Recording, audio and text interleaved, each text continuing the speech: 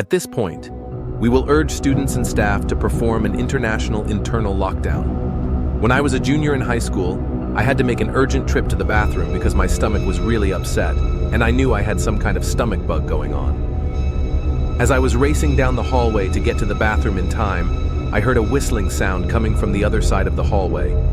Thank you. I didn't think much of it, other than that it was a minor inconvenience for me because I wanted the bathroom to myself, because I was literally going to blow up the toilet. I ran to this stall and did my business in an uncomfortable manner the entire time. That man, whom I hardly saw, may I add, stayed in the bathroom for at least 10 minutes at this point, and I couldn't tell how long he would have been there before. I began to suspect that it was most likely a school janitor, but I really wanted him to leave for obvious reasons. I wanted some privacy. He was whistling and humming the entire time I was using the restroom, so I tried to avoid making eye contact with the man there because I was embarrassed. I also had to rush back to class because I might have gotten into trouble if I was gone for too long. But what happened next caught me completely off guard. The janitor then started to walk over toward me, but he stopped after he was only a foot away, so close that I could feel his breath on me. I felt a tingle on the back of my neck, and I was so uncomfortable that I had no choice but to stare at him. I said he had this stone-cold look on his face, and then shortly after he gave me this extremely disturbing-looking smile that I will never forget. I'm on my way back to class, and I was puzzled. All I could think was that that guy was crazy. I texted my friend about it when I got back to class, and he told me how he had a similar situation with that guy, the same exact janitor. He told me he knew he was a creep too, so he planned on talking to the principal about him that day, but we never ended up following through with that. After school, me and that same friend I was just talking about, Elias, and another one of our close friends, Peyton, all decided to walk after school. That was something that we did a lot. Usually we would go to nearby restaurants or fast food chains or even the park. We did all kinds of stuff after school, and usually it was the most fun we would ever have this day. We decided we were going to go to this diner that we all loved. We had to walk through this trail that started on school grounds and opened back up a nearby neighborhood in order to get to this restaurant. Well, we didn't have to take that way, but it was definitely quicker and a way more fun route. So 90 of the days we walked after school, we would take the trails. When Elias and I began discussing that creepy janitor, Peyton began to join in as well. He knew the janitor we were discussing, but he had never interacted with them. If you tell Peyton how creepy that guy was, he begins to realize, I kid you not, that it wasn't like we were discussing him. The janitor actually spawned him there or something. But it was bizarrely ironic and strange that we could see a man in the distance. We all froze in terror and stared at him bewilderedly until we could all tell it was him with absolute confidence. Dude, isn't that him, the janitor from school? Remarked Peyton. Hey, let's turn around. Peyton said I didn't even say anything to that. I just continued moving forward, as did Elias as we were walking past him. He then stopped and stared at us. But we kept walking. The janitor then yelled for us and asked if you would like to hang out. Okay, so not only was this man a janitor at her school and supposed to be an authority figure, but he was really a creep. He also had to have been at least 55 years old. Why the heck would he want to hang out with a bunch of kids our age? For we just ignored him, and we picked up our pace a little bit, but he then started jogging towards us. And it was at this point that we started to full-on run. He then began screaming at us, and when I looked back, I saw that he had a knife in one of his hands. We all screamed for help and ran for at least 5 minutes, and shortly after that we seemed to have lost him. We later found out about who he really was. The next day of school, me, Elias, Peyton, and our parents all went up to the school and told the police and the principal about the situation. It turned out that the school didn't know who this man was, and that he wasn't a school janitor. Instead, he was a man posing as one. It's quite absurd and frightening, in my opinion, and they should step up security because schools are meant to be safe places for children to learn. It turned out that the man was also a convicted sex offender who had been abusing minors for years, and that he had court orders requiring him to keep a certain distance from children. But that didn't stop him. I personally believe he was going to go one step further this time and attempt to kill one of us. Some people are so mentally unstable that I can't even begin to understand. It was just another typical school day. I believe I was in the 10th grade. I want to say it was just after 3 o'clock, but it was launch time, so my friends and I were having a good time as usual. We would all eat for maybe 5 minutes and then play games and mess around for the remaining 20 minutes. However, the PA went off about halfway through launch, so we were having an emergency lockdown, which was undoubtedly a little frightening. Please follow the lockdown procedures. Go into the nearest room or building, lock the door, and turn off all lights. Because usually if it were just a drill, then the principal would say that, or at least warn us before, so we knew to expect a lockdown in the near future. I vividly remember Mr. Harrison sounding a bit panicked when he announced the lockdown too. My friends kind of thought that was part of his gig to make it seem real, but I had a bad feeling about it now. This is probably the dumbest thing I've ever done in my life, and I still honestly have no clue why we did this, but after they shut the school's power off, my friends thought it would be funny to sneak out of the cafeteria through a side entrance that led upstairs to one of the main hallways of our school. I decided to tag along with them, just because I'm not really sure I just did. After walking around for a little bit, we all split up, and at this point it was only me and Andrew, or 3 other friends ventured off by themselves somewhere. It was so dark in the hallways that we could barely even see what was in front of us. The only source of light we had was coming from the sun shining through the windows. But even then, it was a pretty cloudy day, so the outside didn't have much light to offer us.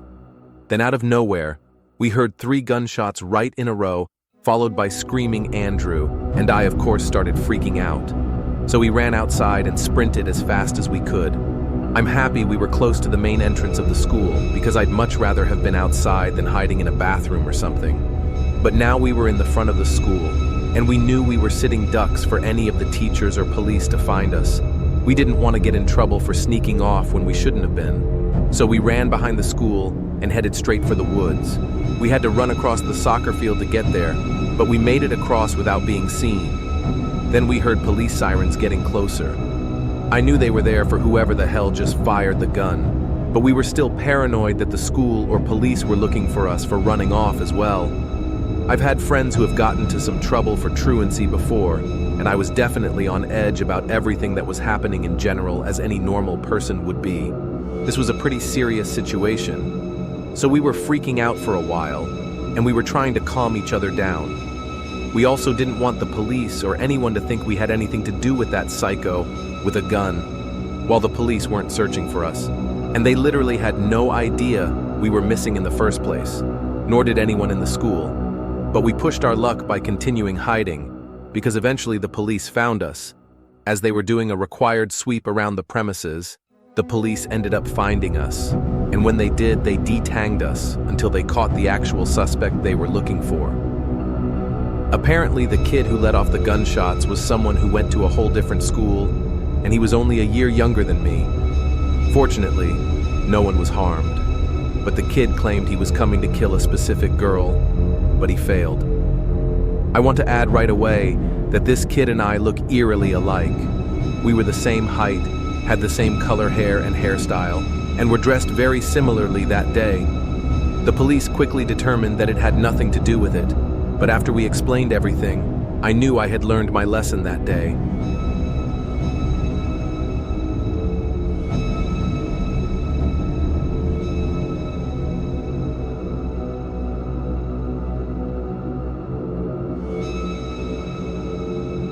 This took place on my very last day of high school. I was on my senior year, so after I got through today, it would be the very end of high school for me.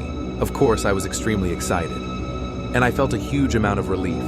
But there was also a sadness in the air for me that day, because all it really meant was that I was going to have to leave all my friends behind and have to make new ones in college. I made an effort to avoid seeing it too adversely because, in the end, it is what it is, and it's just a part of life. You know, things change.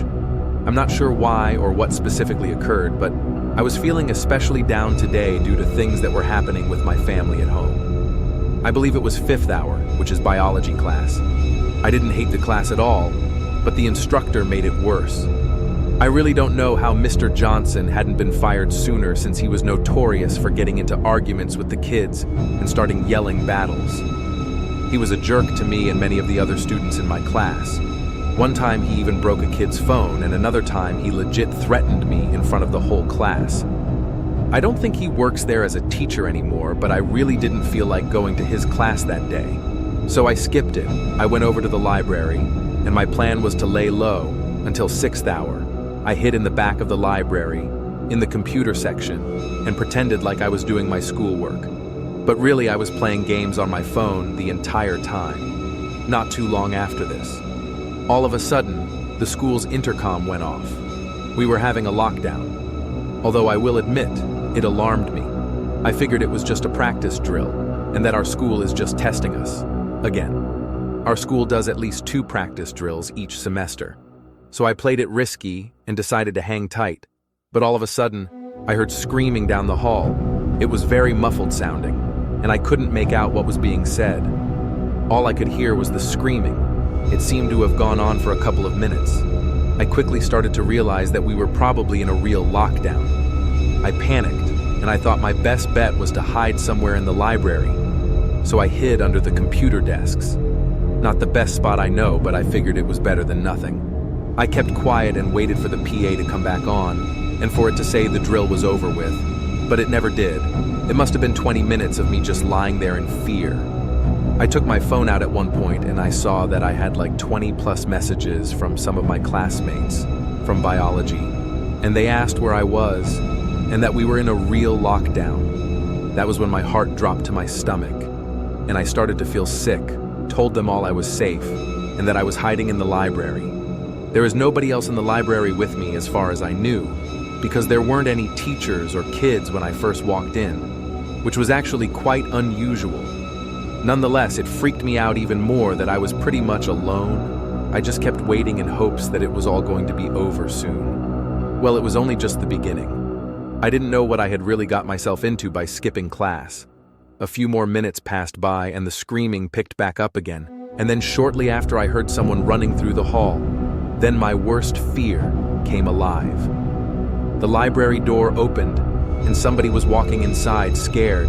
As I managed to peek my head up to see if I could see who it was. But all I could see was a dark shadow of someone that looked like to be around my height. I hid back under the desk, and that was when I saw a flashlight turn on. Whoever it was began searching all around. All I can remember is praying to God that I was going to be okay. Eventually, the person made their way over to the cubicle I was in by all the computers. I knew it was only a matter of seconds before he were to see me, so I jumped out from under the desk again and made myself visible. "Hey," I said. Within a second, I had a flashlight pointing at me along with a gun. "What on earth are you doing, Tyler?" I inquired. Tyler was one of my best friends from middle school, but we stopped seeing each other much after we started high school. Nevertheless, I told him to put down the gun, and after he sang for nearly a minute, he began to sob and fall to the ground. I kicked the gun away and reassured him that everything would be all right, telling him that we needed to do the right thing, and that if he truly wanted any chance of recovering, he needed to turn himself in. Surprisingly, he paid attention to me, and I followed him to the office until he located a teacher who then escorted us to the police.